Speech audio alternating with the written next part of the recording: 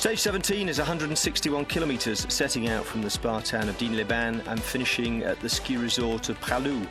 It's a stage that breaks the news gently to the riders that they're out of the second rest day and back into serious climbing country, with 2 third and 1 second category climb in the first half of a long and, for us at least, spectacular day.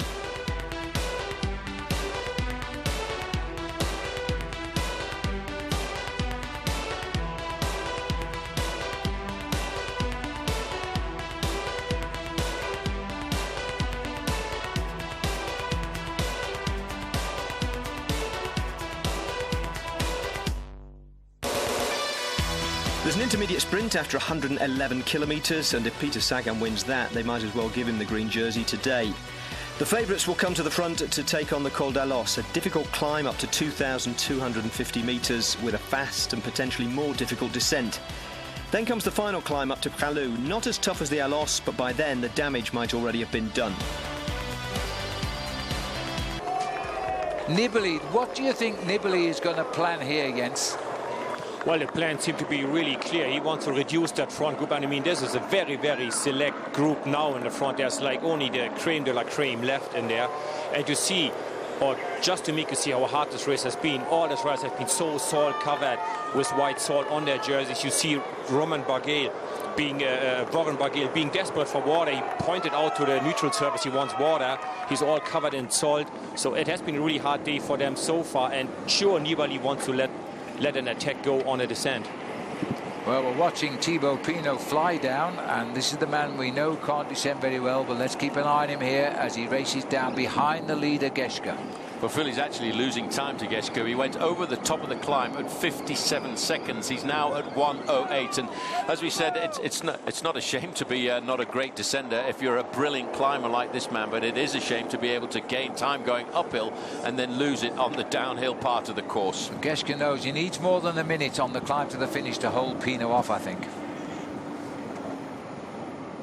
Yeah, well, Geschke, he himself has been a very good rider in the early part of his career in the longer climbs, but here he's proving that to be a great time trialist because he's ridden on his own for the majority of the day. This back now is second position on the road. You see, he just doesn't seem to... Oh, he's gone down, and they just did not seem to be very comfortable going into that corner. We had said that he wasn't a great climber, a great descender, and it's just he just locked up there on the very smooth. The road has been resurfaced here, and all of a sudden just a little bit too much of an application of the brakes, and it slipped away. He doesn't seem to be damaged too much. He doesn't seem to be injured, but that will really start to scare him. This is a guy who actually started driving around motor racing circuits in a car to try and figure out how he could get around the corners and improve his downhill abilities. Oh, look at that again. Even the second time in the replay, it makes your heart jump. So now the next time we get a time check, it's going to have stretched out. He probably lost himself about 15 seconds there, but what he will also lose a little bit is the nerve that you need to throw your bike round these corners at high speed. Now this is it, this is the move that we're expecting. Scarponi on the frontier with Nibali in second place, and they're now starting to put, well, Walter Pool's at the back there, number 34. He's dragged himself back into this group because he realizes that Chris Froome has got to have somebody. Nibali is going up towards the top. He is attacking now with the pride of the champion of Italy on his shoulders, and Chris Froome has been forced to respond. He cannot respond to this move by Vincenzo Nibali, but he doesn't need to. Nibali's a long way behind. In his wheel, though, you've got Quintana, you've got Contador, you've got Alejandro Valverde. Let's have a look at it one more time. Well, this is the move that we were expecting. There's not many men left in this group. Well, that is it now, Paul. Everybody has gone fighting for the vacancy created by TJ Van Garderen, Valverde, Contador, Quintana in second, Froome, all there. Well, Vincenzo Nibali has looked over his shoulder, Phil. He's also got rid of Geraint Thomas and Robert Hessink, who were the riders who were preceding him in the overall standings at the start of the day. You know, they call him the Shark of Messina. That's his nickname. He's an unbelievable bike rider, the winner of the Tour de France last year. He might have had a difficult start to the Tour, but you know, the way he races like a true champion. He had a terrible journey through the Pyrenees, but he's shown us he was coming back in those transitional stages across the heat of the south of France, and now he's in a position to ride. He looks at this moment in time to be the strongest rider in the Tour de France. I'm not at all surprised to see that move there coming from Vincenzo Nibali, Phil, but watch out once we get to the descent, because he will make a move on the descent, I'm sure. He's an unbelievable downhill tactician. They're still going up the Col d'Alos. Remember, the leaders, the original breakaway, they're on the way down. We're picking up the leader here, Simon Geschke. It's quite a long descent before they start the climb.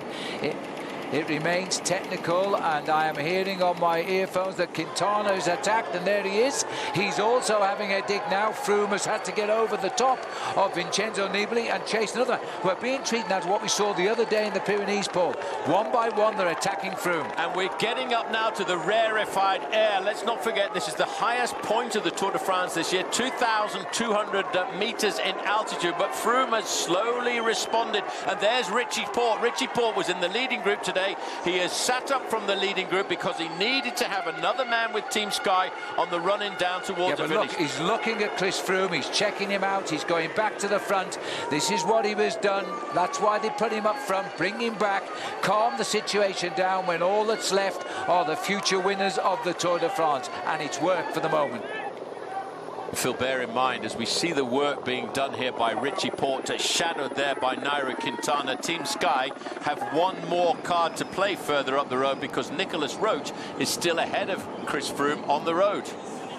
Absolutely right. The gap has come down to 9 minutes. Talansky now, I think, has just come back. It was a little bit blurry going through there, but I think he's just come back to the back wheel there of Thibaut Pinot. And look at the clouds in the background. That's an angry sky. Well, let's hope they stay in the background. They're in the right place right now, because we're racing towards Pralou, and at the moment at the finish line it still looks okay. 9:15 the gap. Now, there you go. In fact, Talansky has caught up with Thibaut Pinot as we came down the descent. He took a few risks going around the corners to come up to the Frenchman. So the race situation now, Simon Geschke still leads with a pretty good pull your shoulders in tightly there to get around that corner. Talansky now is in second position on the road with Thibaut Pinot. But I think more importantly, Phil, as they start the descent, Richie Porte has got the position that he likes just in front of Chris Froome.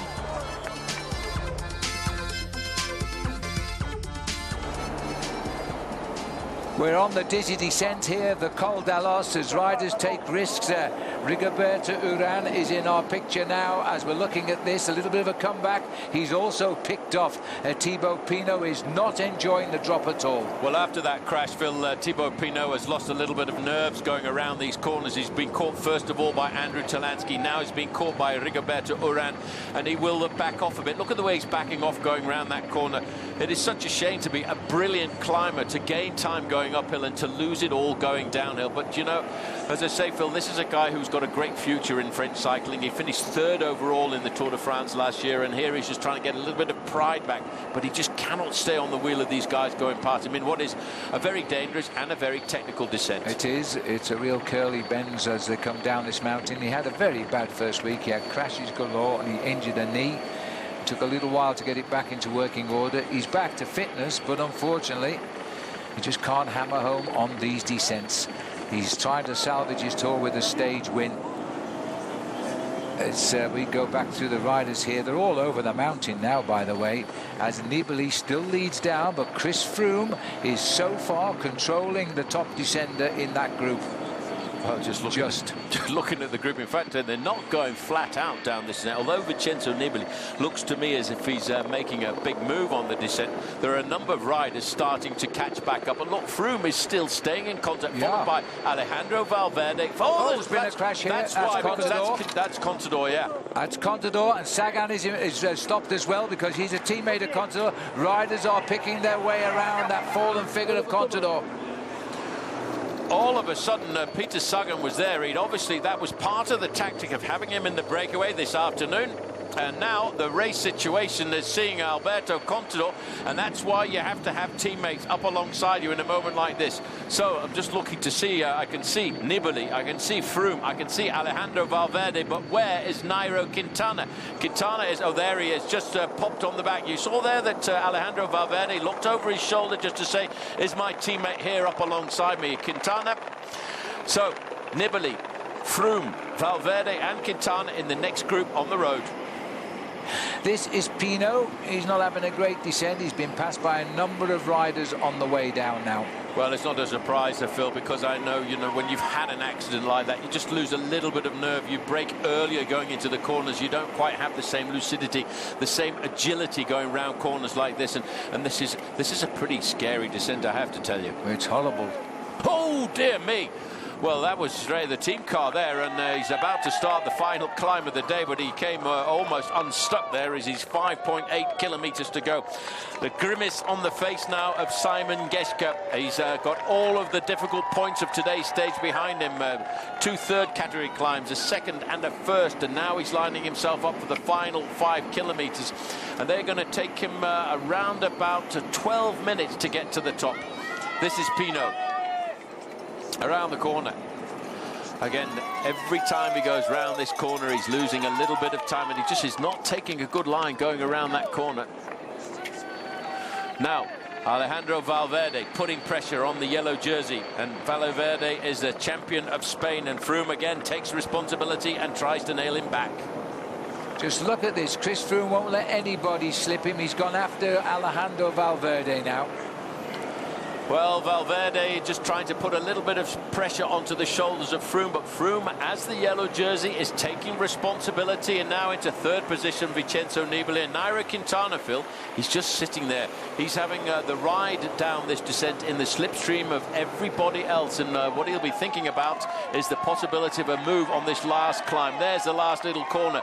That's around about 6.2 kilometers to go to the finish. Here's Andrew Talansky further up the road. The leader's just 5 kilometers from the top. Well, this 5 kilometers for the leader, Phil, is not going to take him now more than about 11 minutes. This is not the steepest climb in the Alps, but for one rider, Simon Geschke, it's going to be a long ride for 5 kilometers. He knows he's being chased by Andrew Talansky, and the gap between them is around about a minute. To Talansky, there's a few more chases at 2 minutes. Talansky knows this is a very big opportunity for him, but now we get onto the climb. He's making a comeback. He's a brilliant climber. That is Adam Yates, number 108. Ahead of Adam Yates, it's Matthias Frank. He could still be moving well up in the overall standings today, but funnily enough, isn't it strange, Phil, when you think that Simon Yates finished 5th on this climb in the Criterium de Dauphiné, and his brother's looking at a top 5 position in the Tour de France stage this afternoon. Well, what one twin can do, the other one can do even better. Perhaps that's the motto. This is Rigoberto Urán down there. 1:10 they're saying now. 1 minute 10 seconds. He's lost a little bit of time. He's lost 10-15 seconds. And Talansky is storming up. And Talansky, these last few days of the Tour, has really turned his form around. Remember, he's in the breakaway. He's very unlucky when he had a flat tyre and lost that move. And that breakaway stayed clear to the finish. Who knows? He may have won the day then. That's the battle for the stage up front, but the battle for who leads the Tour tonight, these are the 4 men. Vincenzo Nibali in that blue jersey, he's the odd one out. The other 3 are going to be the first 3 on the podium overall tonight. Well, just watch out, Phil, over the next couple of days for Team Movistar, because when it ever comes down to the final crunch, there are always 2 riders from Movistar there, and that 2-punch attack could be what they're looking for down towards the end, because Alejandro Valverde has now, by today, moved up into 3rd place in the overall standings, and here he's riding as a perfect teammate for the man sitting on the back there, the Colombian climber Nairo Quintana. I'm sure Quintana will make a couple of moves here, Phil, on the final climb of the day, because there's a couple of points where it's around about 15% on the climb up here to Pralu. Now, let's not forget, as we rejoin the leader, Alberto Contador was with that group. He's had a problem with his bike. He is chasing, but we don't know exactly his location behind Froome. So Contador chases these 4 men. 3 of these 4 will be the top 3 riders in the Tour de France tonight. Well, you can see now that Alejandro Valverde, the champion of Spain, is laying it on the line here for the man sitting in 4th position, the Colombian climber Nairo Quintana, 2nd overall in the Tour de France a couple of years ago. Last year, the winner of the Giro d'Italia, and I feel that he's just waiting to pounce. He's waiting for the steepest part of this climb, and he will make a move. Under 3 minutes, 3 kilometres to go rather for Matthias Frank down there and Thibaut Pinot. But they're not going to close the gap to this man now. I don't think anybody is, quite honestly. 2 kilometres he's looking for now, and Simon Geschke pursuing him. And he's only just around that corner in front, but we are climbing, and 51 seconds might be a bridge too far. Just look at the face here of Andrew Talansky, Phil. He knows this is a massive opportunity to win a mountain stage of the Tour de France, while the leader on the road, Simon Geschke, goes inside of 2 kilometres. Andrew Talansky now has got to wipe out 25 seconds per kilometre, and just looking at the pedalling style, looking at the body language here of Simon Geschke, I don't think that he's going to crack. 2 kilometres to the summit. It climbs all the way to the line. This man is inside 2 kilometres to the summit. The gap is 47 seconds. The pursuit by Talansky. Third man on the road is Rigoberto Urán. Geschke can shortly see that kilometre flag and might be able to dream of his greatest moment. Talansky passes the man who proved unbeatable until this day 40 years ago when he lost his yellow jersey to Bernard Thévenet. Funnily enough, the team manager of this team, Cannondale Garmin, Jonathan Waters, has said, I've been giving Andrew Talansky a very difficult time over the last couple of days, giving him some stick. Well, today he's responded to me using his legs. And this is a huge result for the giant Alpecin team as well here, if it's to be. There's comparisons of the speed, and at the moment it's advantage Geschke. This is Rigoberto Urán. Seems to have found his legs. He's been a bit disappointing throughout the Tour in the Pyrenees. But Phil, the power of Team Movistar could be important in the next couple of days, because look at this group. These are the top men in the Tour de France, but there are 4 riders from the Spanish Movistar group in this move. Now, are they going to try and attack and even gain a few seconds on Chris Froome as they come up? But at the moment, it's all about the man who's going to win the stage here. Simon Geschke can see the 1 kilometre to go. Yes, we climb to the line, but he's now going to stay safe here. What a brilliant move he's done as well. 1 kilometre to go for Simon Geschke. What a great tour this has been for the Germans as well. They dominated the opening week, and now here we go again. Well, one by one, they're catching the riders who were in that breakaway a little bit earlier on. One wonders whether or not the reason they're riding so hard in this group, the Movistar riders, is because they want to put time between themselves and Alberto Contador. Now, at 1 kilometre to go, Phil, you can still see it's going to be 45 to 50 seconds between the leader and Andrew Talansky. He's not going to win the stage this afternoon, but he will hold on to finish in 2nd place. But what a brave descent he put in to try and bridge up to this man as he goes through around about 600 or 700 metres to go to the finish, Simon Geschke. Talansky has ridden himself into this Tour de France, that's for sure. They lost a team man today in the Australian Nathan Haas, who abandoned. So they've only got 6 of the 9 men left in the Tour. Talansky is getting a result, though. 700 metres to go for Simon Geschke. And this is about to be his best moment. He's never remotely won a race at this level before. He is 29 years of age. His best classic result is 6th in the Amstel Gold Race last year. Talansky tries to hunt him down, but at least the carrot of Geschke is keeping Talansky away from anybody catching him. And 2nd is not a bad place on a day like today.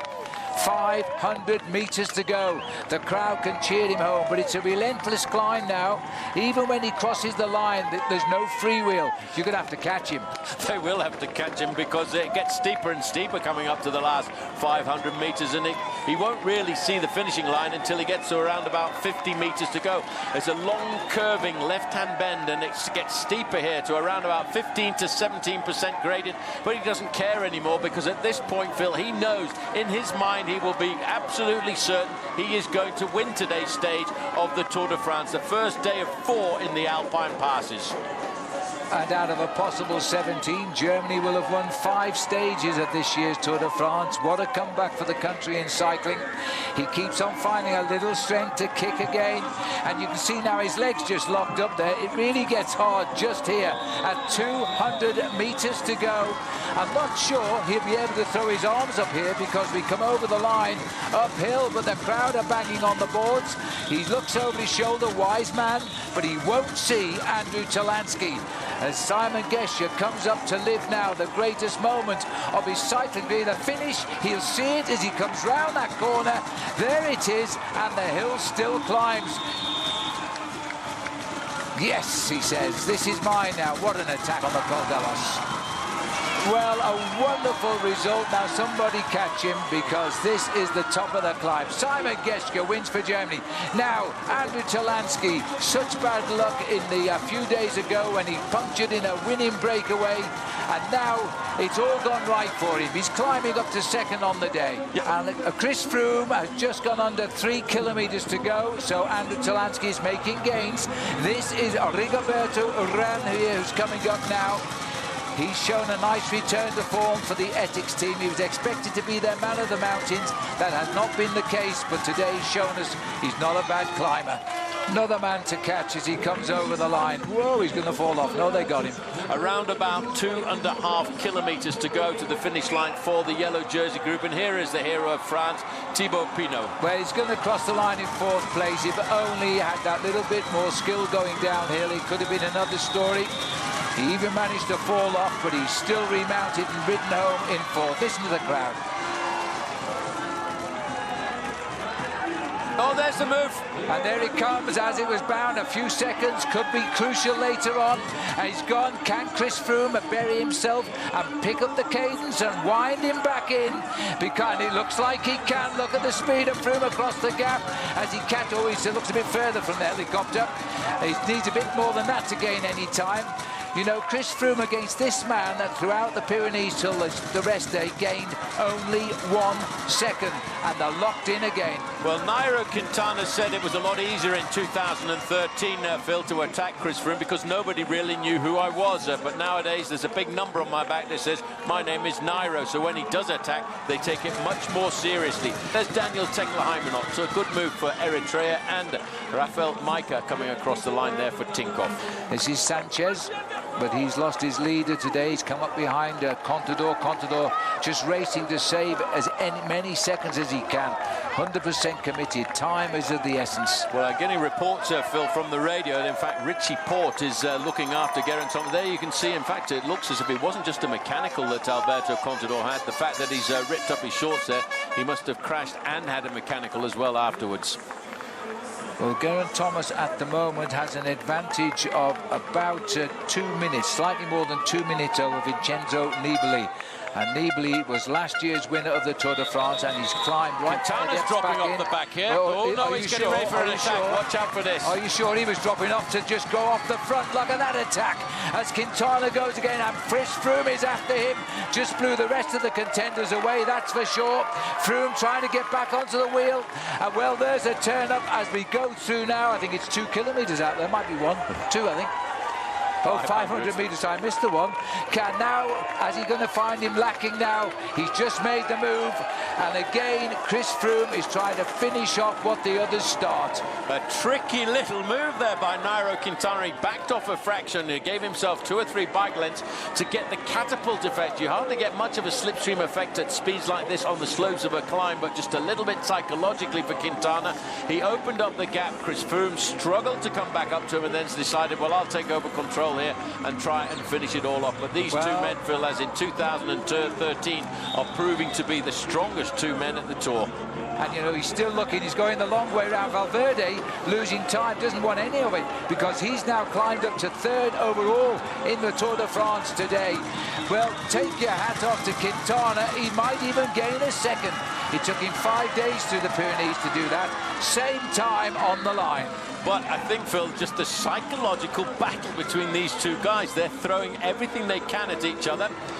Well, Alejandro Valverde, the little sign there says, come on, please help me out. Catch me, yeah. And at the end of the day, Nibali has lost a few seconds, but Contador is the man who is losing time, of course, at the moment, and we'll have to see now exactly what that time will be. This is Geraint Thomas coming up.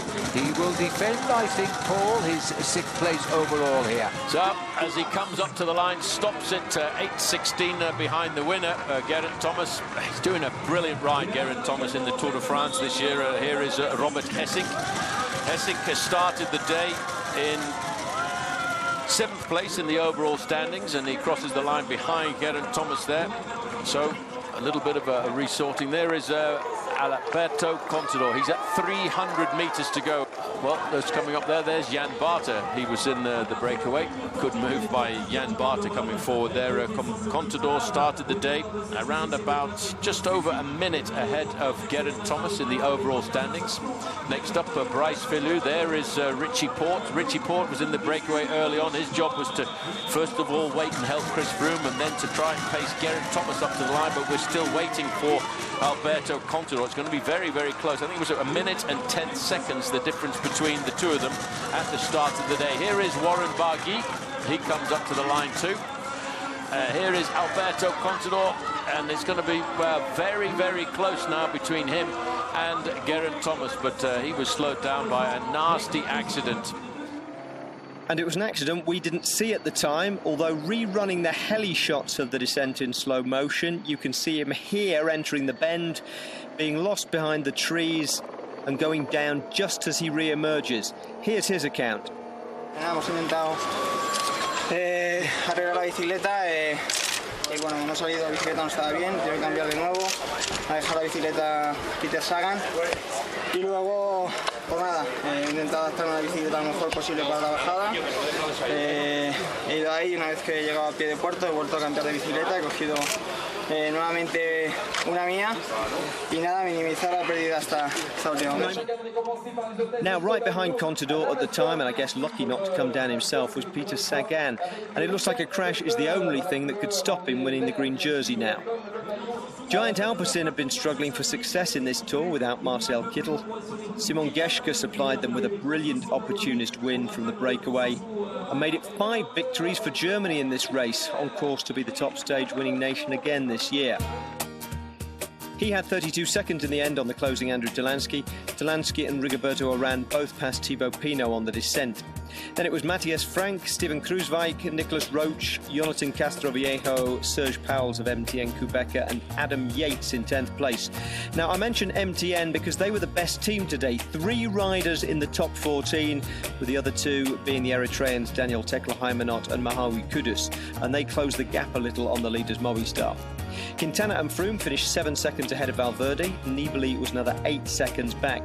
Geraint Thomas was a minute and 2 behind the yellow jersey, but crucially a minute and 15 ahead of Alberto Contador on a day in which all the big teams put men in the breakaway and improvised from there. Yeah, it just sort of happened, and we were like, oh, just stay up there, and Richie and Nico were feeling good.